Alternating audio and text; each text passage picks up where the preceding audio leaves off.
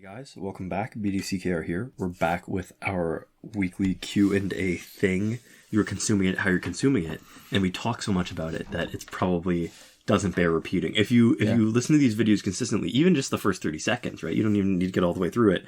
You've probably heard us more than anything else in particular talk about the listening platform. Yeah. Anyways. So just, because this is where we talk about stuff in general. You're here because you want to hear us talk about anything. I guess so, maybe. The reason why we missed last week was because the desktop crashed. It won't boot. We are on the laptop. We are making do with what we can do. It's all the old footage is unavailable, which makes it a little bit harder to work with. But we're here. Hopefully this is going to be up. I'm actually realizing now that last episode when the desktop crashed, it would have been season 13, episode 13. So let's call this season 13, episode 14. Let's skip the unlucky number. Really? Oh, you mean like in an elevator? Yeah. All right, that makes sense. Just to be silly, right? We should have skipped the season. Yeah, I guess so. But the double 13s can't be great. I mean, I'm not particularly superstitious, so I don't care. At all. Yeah. But we also mostly have done the seasons and episodes as bits, right? Yeah. Like they've not been particularly serious, right? Yeah. So just in the news, the current news, it's interesting. So what everybody's talking about now in the last couple of days is that the editor-in-chief of The Atlantic was included in a message chain on a non-governmental military secure platform talking about real military operational stuff that's classified, that some experts have said in normal times, everybody who is involved in that chat is potentially fired. Jailed. Criminal. That's true, it's all criminal stuff because they're participating in sharing confidential information. And because definitely if they were lower level, they would not only have been fired, but they would have been brought up on charges. The fact that most of the people that were in the chat were the ones that would have to bring up the charges, if they were, that chances are they're going to see no consequence. And in my mind, it was funny. The funniest comment I saw was, so this is what DEI looks like. Bunch of old white men. Yeah. Who don't know what they're doing. Now, the pessimistic take I've got on it, because of more news coming out now, is that this is one of those things where sometimes they can intentionally get the sort of, what's the word I'm looking for? Outrage machine working to drown out the noise, or to have so much noise that the signal of something actually more important gets lost. As I was seeing a comment that there's an executive order passed or declared or whatever, that the birth certificate will no longer be sufficient for voting in the U.S. Wow. So that would be, I mean, again, I'm no constitutional lawyer, but apparently that's really unconstitutional. And another step in that kind of disenfranchising as many voters as possible. So, yeah. I mean, it does two things, right? What you're hoping is that it will make it harder for the people who are going to vote against you to vote against you.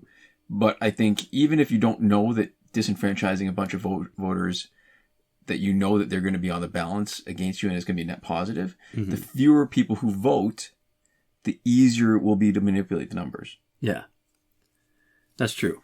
The much smaller of a base you have to appeal to at the very least. Well, whether you need to convince them or whether you need to change the numbers or do whatever, right? Yeah. The smaller things are, the less involved the manipulation needs to be. Yeah. So it's wild. Like, I'm not really sure what's happening. Like, there's just so much stuff going on at the same time. Like, at the same time as the U.S. is threatening tariffs against basically everybody, they're also begging for eggs because, well, I mean, that was part of the platform during the campaign. Yeah, it's the price of eggs. Was Joe Biden's fault. And it became a real sort of lightning rod because obviously it's a shorthand for the price of groceries, but because of how much they've talked about eggs specifically, right? Yeah, but it's a microcosm for everything too, because it was a big lie. Like, the people that were complaining about eggs, you don't hear them complain about eggs now, even though they got more expensive after the election, despite being promised, we're going to fix it as soon as we get in, because that wasn't the reason, right? It was because all the birds had to be called, all the chickens had to be called because of the bird flu. Yeah. And it's just, I don't know. It's just more of the same. And I think maybe that's part of it too, right? It's not just the obvious. It's like the voting. It's not the obvious that, well, we just want to disenfranchise the people who are going to vote against us. Disenfranchising everybody helps them. It's the whole that it's all lies, and you get people so beaten down that they don't feel like there's any point in fighting these what feel like little battles now, even though in the olden times, these would have been like, it's everything. Every new thing is, these are things that would have gotten people in jail. Now it just gets people media time. Yeah. You know, it gets them into the public consciousness, the public attention, and then that's it. And it just disappears. Yeah. It's wild. Yeah, so I guess the other thing that I've seen, I mean, that is the big sort of political thing. The other thing I've seen a lot of people talk about on the internet is this one guy who posted his daily routine that is relatively incomprehensible. It makes it seem like there's a lot of things that are silly about it, but I don't even know what you would search it up for. You'd just look up like Twitter daily routine video or something like that. But it's one of these sort of like alpha male, or I don't know if he identifies as an alpha male, but it's an alpha male style influencer, where the stuff that he is doing is like a life coach kind of thing, where he's setting by example. I don't know if it's a lifestyle coach or more just like a lifestyle, like an aspirational lifestyle thing. But like he, for example, like is constantly dunking his face in like ice water. But he's also like all of the ice water he's getting is like bottled premium water from a specific brand. And there's like a bunch of other stuff it's just like relatively incomprehensible. He takes like a business call in the middle of it that just the thing that he's saying is like, the way I see it, bro, we got to get to at least 10,000. And everyone's going like, this doesn't seem like a real, like, it seems like what somebody who doesn't have a job imagines like a job looks like. Right. It's like that previous thing about how shows that are about smart people for dumb people and about, you know, like that, because this is what they imagine smart people are like. Yeah. Okay. And so I did see, and specifically, yesterday I was talking with somebody and I said, I need to combine the article, right, with the leak and this meme. I'm like, those are the two things that people are talking about right now. And then I opened Twitter, and within like 45 seconds of scrolling, I saw somebody there was an edited version of a screenshot from one of the tweets where it was one of the people in the chat, and they had put in the quote, "Bro, the way I see it, we got to get to at least 10,000." I'm like, somebody beat me to it. And the thing, when I saw the tweet, it was already 7 hours old. Yeah. So they had the exact same instinct as me, which is that, if I can make a good tweet on this would be funny. And I mean, I don't tweet, right? Like I don't have a Twitter presence at all. So I don't think I actually would have been able to get any amount of virality from it. But I was like, they had the exact same idea that I did, but they executed on it 7 hours before I even had the idea. Right. So yeah, I moved a little too late on that one, but that's also less kind of something going on in the world. I have much less to say about the silly video of a dude, you know, farting around for 3 hours and be like, this is what my morning routine is. And it's like, he opens up a journal and he starts journaling, but he only does it for 2 minutes because he has an on-screen clock the whole time. So if you're to believe what he said, he only journals for 2 minutes, and he opens it to the first page and he's writing on a blank sheet. Yeah. So it's like he's opening a blank journal for the first time and writing in it for exactly 2 minutes. So what you're talking about is making me think of sort of the bigger picture, where sometimes the criticism of the trolling kind of criticism is, well, this thing is so much more important. How can you give time or attention to this or that or whatever, right? And living. And I think one of the important lessons I've learned over time, because it's hard not to feel a little bit guilty about when you're not spending time doing what you think you should be doing, is to recognize that we all have our limits. We do as much as we can. And there's no honor in pushing yourself past the point where you can no longer function. I mean, listen, we are human beings. This is why we still do injustice stuff, even though the world is burning down around us. It's that you still gotta feed the soul a little bit. It can't just be outrage.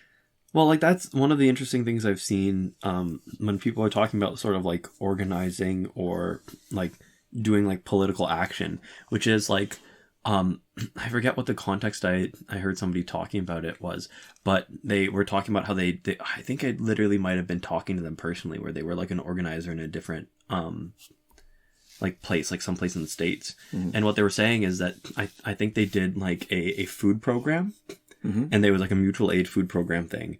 And it was like really helpful and really cool. And they had to shut it down because they just couldn't manage it anymore. Right. And so, and one of the lessons that they took away from it was that like, if you put yourself in a position where you can't continue doing the work, if you make what you're doing unsustainable, that is, you are undoing all of your work at a later date, right? The good that it causes now is not diminished, right? But the ability for it to continue to do good in the future is predicated on you being able to support yourself to be able to do it sustainably. It's better to do less in a way that you can actually build momentum and build sort of like institutions, right? And not institutions in the governmental sense, but just institutions in terms of things that can survive. Well, and not even necessarily last beyond you, but like if you can't do this for a decade, right? Well, that's what I'm saying though. I don't mean after you die. I'm saying the things that last beyond you, when you are no longer the driving force behind it, others can take over. Or even if it still finishes when you can't be the driving force, letting yourself be in a position to be the driving force for as long as possible. Do what you can when you can. And so like I think you know that's one thing. That's like doing, like taking political action or doing something in the world specifically, but just even like engaging at whatever level that you're engaging at, right? Like you also need to take care of yourself first, and there's a minimum standard that you need to take care of yourself. And I think the part of the problem is that the balance for that is hard, right? Because I think you say that, and it is both objectively true and also probably for some people and for all of us maybe at different times, right? Unless you were pushing yourself too hard, right? Being like, well, I need to take care of myself first. It's hard to know exactly what that line is and how much taking care of yourself is enough, right? Well, that's what comes with experience. And I think sometimes to me, it's like exercising. That sometimes when you do it properly, every once in a while you go past the edge where you can safely do it, but you've got to do it mindfully so that each failure is a lesson about what your limits are. And I think also that that's what it looks like when people... This is literally, we're talking about self-care, right? And the problem, I think, is a lot of people just don't practice it in general. They'll spend a lot of time doing stuff that may not necessarily be good, but it may not necessarily be rejuvenating. Okay, I think this is a great segue. Were you segueing on purpose to our next question? Our next comment? I think. Well, I don't know. I wasn't thinking that, but I think maybe it's just subconsciously I was considering it only because we picked out the questions we were going to talk about. So Hermit 1909 from our most recent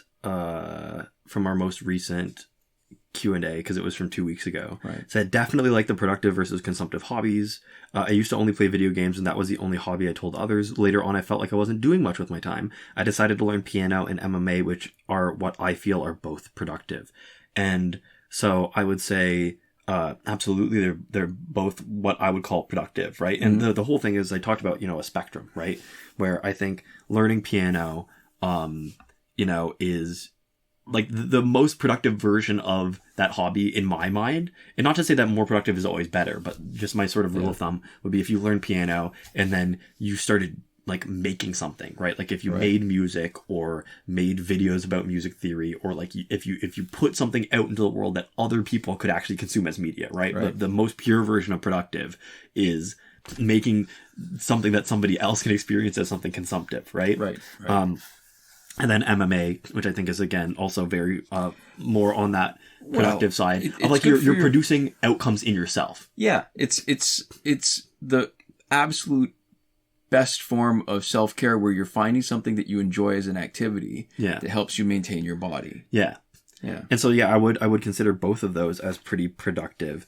And I think that it is I'm glad that this spoke to some people, even if it's for this person saying something that they already did, right? It's not like I'm making a change based off of that, because if anybody does make a change based off what I've said, first off, that would be wild. But second off, you wouldn't really have the data to report back and be like, oh yeah, this does make me feel better until like days, weeks, months later, right? But I think that is cool. And I think like a thing about it, right? When I say that that's my organizing theory of like in general, most people could use more productive and less consumptive ways of spending their time on the scale, on the spectrum, is I also don't think that is, I think it's kind of obvious to people. Like to most people, I don't think I'm saying anything that people don't know. Well, once you've said it, I mean, sometimes if you're not mindful of it, sometimes saying it explicitly changes how you consider things. People will joke where it's like, oh yeah, like my evenings after work, that's my screens time. That's when I have 1 to 3 screens, right? Or, you know, I like people know that just sitting scrolling TikTok all the time is not good for you, right? Like I don't think that the building blocks of what I said are anything that people don't kind of already know. Right. And I think that like that's why part of the reason why I like it, which is that I as soon as I said it, right, as soon as I thought it for the first time, it felt really obvious to me. Right. And the thing that I think is that like to me most of the time the absolute best advice is the obvious stuff that you just need to hear somebody else say, or you just need to think about.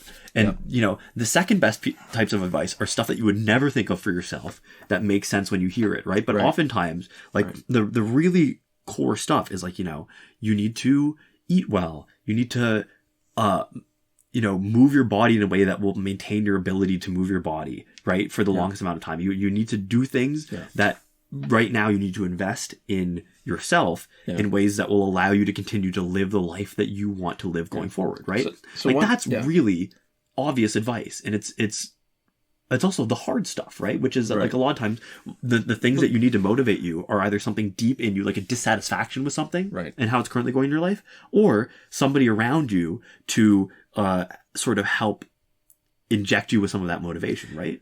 And part of the difficulty, I think, for most people is the goals are long term. Yeah.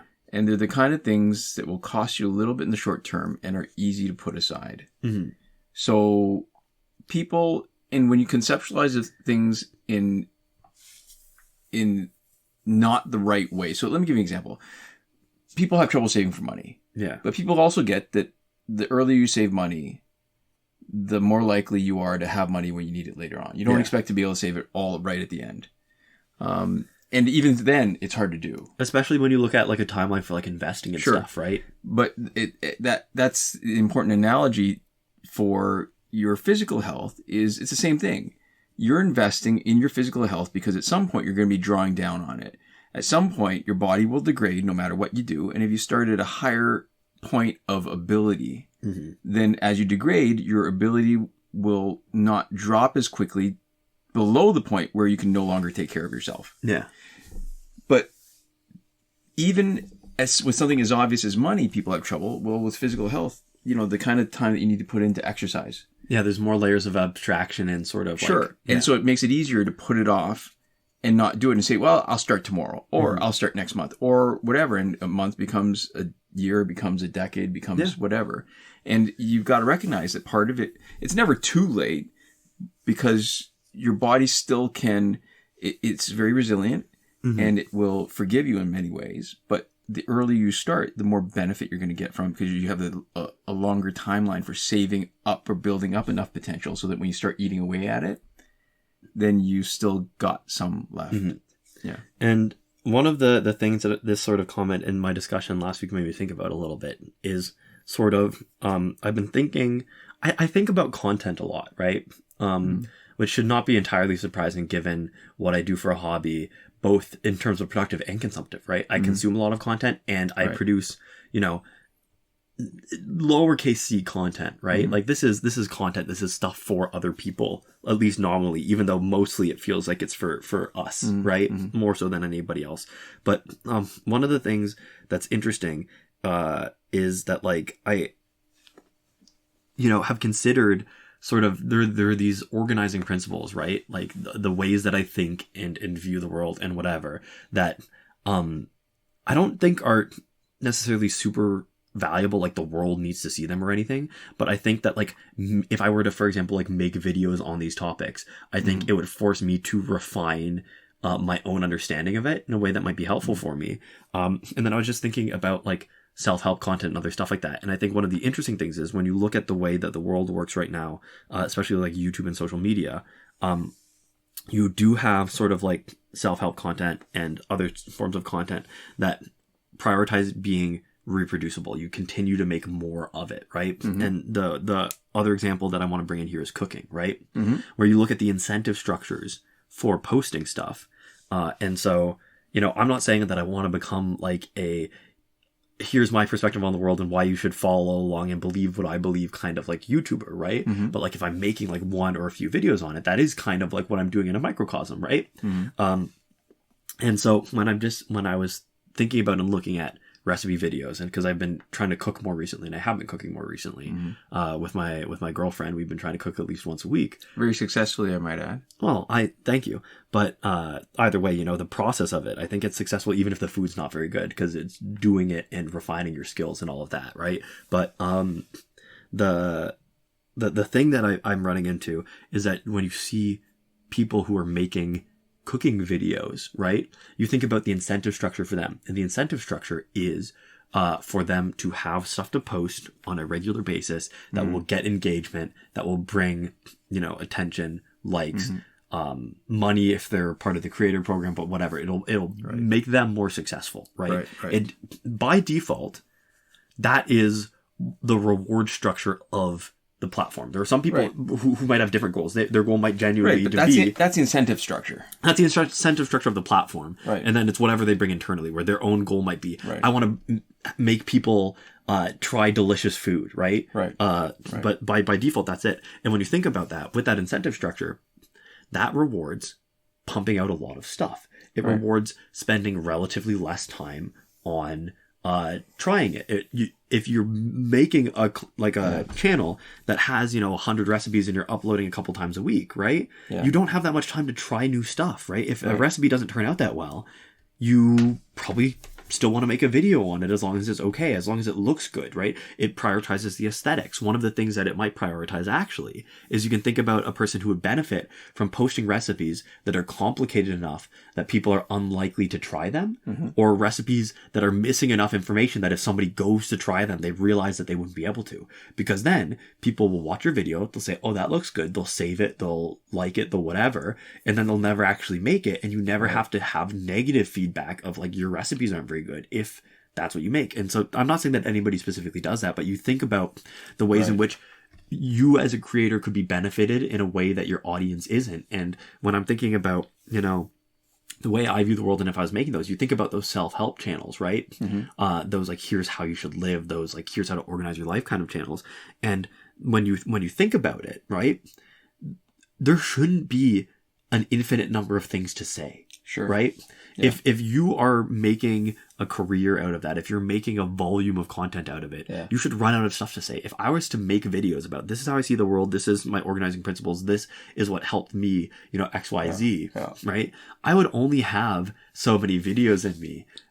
And after that, I would just be, if that got really popular, that was my job, right? After that, I would have to kind of be scraping the bottom of the barrel, and I had to be making up new stuff, which is why that sometimes the best recipes you'll find online, you know, can be the people who have the resources, like if it's your job, right? If you are like a recipe creator, right? If you're a chef, if you make cookbooks. But the other times you can find really good recipes on a place like TikTok is when somebody posts exactly one recipe ever, right? Where they go, this is my family's recipe, or this is near and dear to my heart. This is the best thing I've ever made. And they're not a cooking channel. Right. And they posted the one song they have in their heart, and then they're out of music, right? And they don't try to keep leveraging that into a thing. And so it's interesting, right? And so just, I don't know if I have sort of a point that I'm building to necessarily, but just when I'm thinking about the way that sometimes the content that we make and the content that we would want to consume, right? Because I'm looking for recipes, right? It's stuff that I'm seeking out, but the way that the incentive structure can be so different for the people who are consuming it versus the people who are making it, right? And how that can cause so much frustration. There's another thing that I saw. Well, can I speak to that though, as how it applies to us? For sure. Before you get to, is that I think that it has helped us specifically only because we're not motivated by the actual incentive structure anymore. It's true. Yeah. Yeah. You either like this or you don't, but we're not motivated to give you disinformation, to rile you up, to do anything particularly other than post this and see if people watch some want it. good Suicide Squad fights. Oh, did I mention that? We're expecting Suicide Squad, the Joker. That's why we've got the Suicide Squad team. I don't think really you did super mention team. I love it. It's fun. The really cool thing about the team is how much damage Suicide Squad Joker can do without actually having any time on screen. Yeah. In the fight. Yeah. Yeah. So the last thing I was going to say is there's another example of this coming up recently that like did matter, which is my friends wanted to go to a restaurant, and there was this like TikTok for a deal at this all you can eat place, and we were going to potentially go. We called the place. And they were like, are you still offering the like March break deal? And they're like, that's actually a student only discount. And then we looked at the comments and we found in the comments somebody saying, oh, this discount is for students only. And it was this video where they're like, this is a great price, this is whatever. They didn't mention that anywhere. And it's the exact same thing. What is their incentive structure? They want people to save the video. They want people to send it to their friends saying, we should go here. They want people to like it and be like, oh, this person found me a great deal. They know that a lot of people, maybe most of the people who like the video and send it to their friends don't end up going, right? Right. And then the sort of outcome or fallout from it being a student only deal is hopefully minimal, but it gives them content churn. It gives them something else to post about, right? Yeah. And so the thing is that the outcome would have been, if we didn't call ahead, we would have gone to the place, we would have had to pay, like it would have gone from being a probably more than I would spend on a meal, but for an all-you-can-eat sushi place, like reasonable, to being more than I would definitely want to spend for a meal. It would have gone from being something that could be, if it was a nice meal that I would be happy with and that I had signed up for, to something that I would have been disappointed by no matter what, right? And it only is the incentive structure, right? Because in the comment, when somebody was like, this is a student-only deal, they replied and they said, oh, well, it's for everybody at the table, so as long as you bring one student, everybody gets the deal. And so they knew, right? And they replied to it in the comment, right? They were responding to try to do, I don't know if it was even damage control because the comments weren't overly negative, right? Most of the comments were like, ooh, maybe we should try this, or tagging their friends or whatever. And I was just like, wow, the fact that their incentive structure and my incentive structure was so different that they actually, and I blocked that creator because I was like, I don't want to see anything from this person again. The fact that they were willing to genuinely have me go out and spend more money I wanted and have a disappointing meal, right? In real life. Like I move my physical body somewhere else and do something that sucks because of the incentive structure of making a TikTok. I'm like, that sucks, right? And so it's something that I think about, because I think at a core level, the incentive structures for the world that is around us are, I think they're relatively comprehensible to most people, right? And they matter a lot, right? And the way stuff is set up, I think, makes a big difference in our lives potentially. Yeah. So there we go. We have our next comment, and it's probably all we'll be able to get to this week. This comes from Miguel Velasquez, 8199. They say, you guys are the reason why I decided to get back into Injustice, and I thank you for that. I've been watching you guys since I was 12. Now I'm going to turn 21. And that's just sort of... That's neat. That's cool, but there's another comment that is the one that we really wanted to answer. So let's we just want to say thanks. Yeah, I think that's cool. We don't have a lot of time, but I wouldn't mind getting started, and then we can always finish up after. So the next comment, also from Miguel, says, also to answer your question about the first topic of the US versus Canada, I live in California, and it's eerie to an extent that people aren't worried enough about the issue because of how expensive everything is. For example, we are so caught up in work where 2/3 of our paycheck goes to rent, leaving us with little to no savings. It seems that we become desensitized to all these problems happening around us. It just adds to the tab we have to pay each month. So that's, I think, very cool, because that is in a lot of ways what we're talking about. Because the threshold, I think, for affordability is somewhere around like a quarter to a third of your paycheck should go towards housing. Yeah. And so then they say, to add on, I'm Mexican American, and all the ICE raids have been affecting my family as well, to the point where they can't even go out at certain times since some are undocumented. I frequently ask myself, should I go protest or do something to create change? But then I think, why bother? If I go, I might not be able to make rent or afford food, so I get discouraged. Sorry if this ended on a grim note. I just wanted to share my opinion on the matter, sending support from California. And so first off, I want to say, if anything, we should be sending support from Canada, from Ontario. I mean, as much as we're affected by the trade wars and by the threat of subjugation, what you're actually experiencing right now is very real. Yeah. And it's highlighted by the response to you, Miguel, from Amused Dragonflies. Yeah. IT8NU. Yeah, and they said, why would they be worried unless they have a warrant for removal or a record? Which sounds very much like somebody who's either had the privilege of being white or just oblivious and not having to worry about any of that. Because I'll tell you what, when you've experienced bigotry, whether it's racism or misogyny or whatever, you know that kind of discretionary enforcement of rules tends to happen more against people of color, against people whether they consciously want to or not. That was the biggest thing that I realized when I got older, was how much of bigotry is subconscious. And that the easy stuff is when people declare themselves, oh yeah, I'm a bigot. And when most of the time it isn't. And there's a larger sort of the institutional bigotry, and then the cultural sort of internalized bigotry that is harder to prove but no less harmful.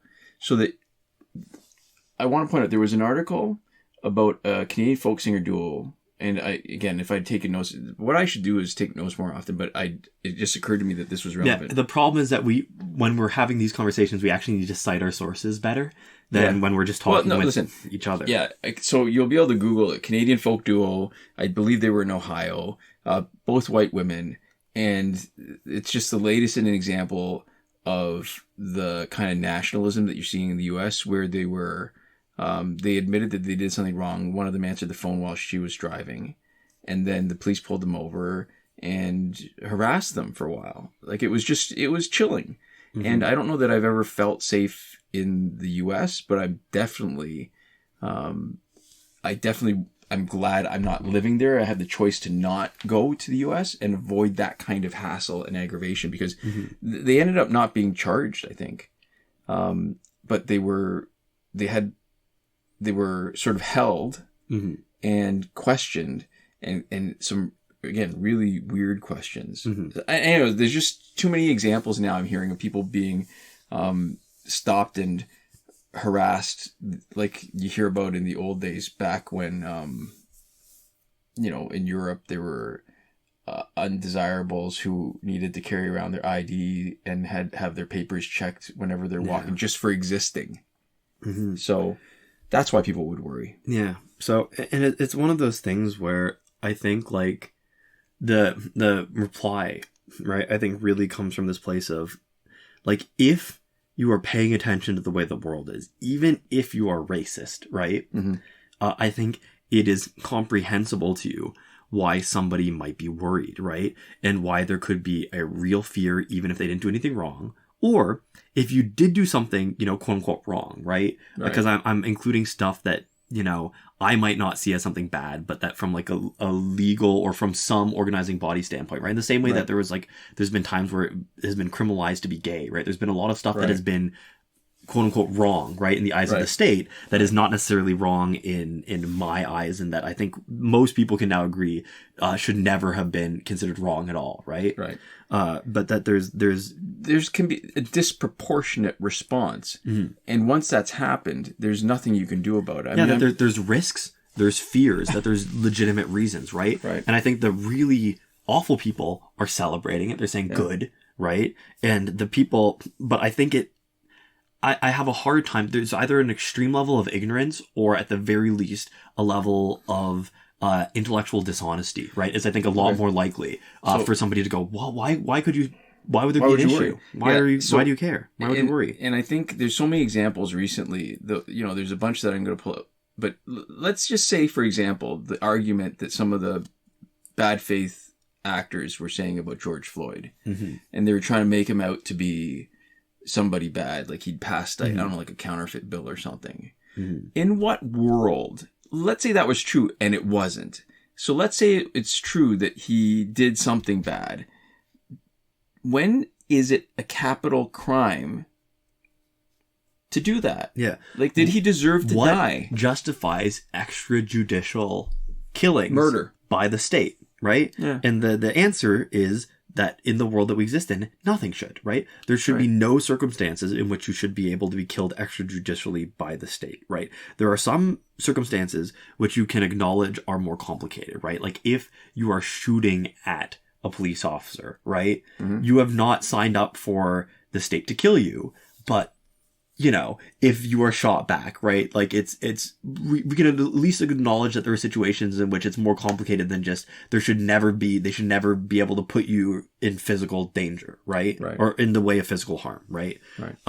But in the vast majority of cases, there's no ambiguity, right? And I only really mention the fact that there is ambiguity sometimes in order to, you know, because there's a thing where people will sort of take things to their logical extremes and they'll misrepresent and misunderstand, right? I'm not saying that it's always simple, but I'm saying most of the time it is pretty simple. And there is nothing that you should be able to do that justifies, you know, certain actions taken against you. And they just happen, right? Yeah.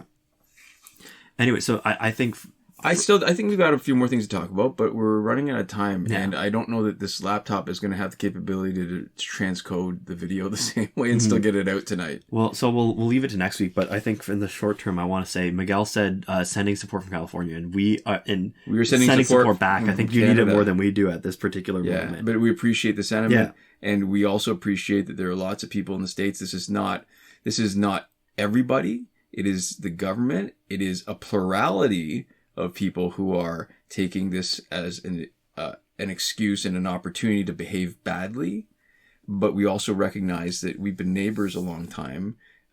We've generally been good to each other, and we hope that this doesn't spoil and make things go sour permanently. Mm-hmm. Yeah. So there we go. To finish up, we'd like to give a huge thank you to all of our lovely patrons on Patreon. That is Michael Devries, Irvin, Ruiz, Hoshi 127, and Nora Klimek on the credited level. We'd also like to thank everybody for supporting us however you do, liking, commenting, subscribing, whatever. It all helps us some amount in the algorithm, I guess. But more importantly, if it's something that is visible to us, like commenting or whatever else, it sort of helps us feel like we exist in a little bit of community here, which is makes it easier for us to do what we do. Makes us get more out of it at the very least, which is cool. So yeah, thank you, and we'll see you next time. Komoda.